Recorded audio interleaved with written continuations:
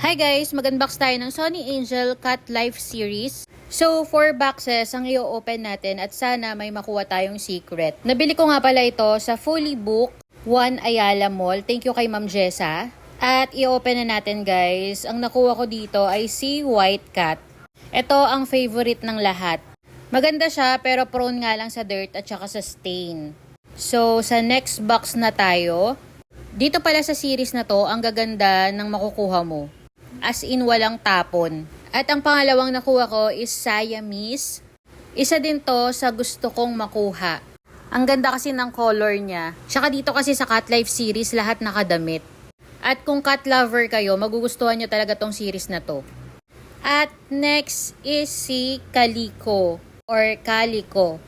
Okay din sa akin to kasi gusto ko yung combination ng color niya, white and black and orange.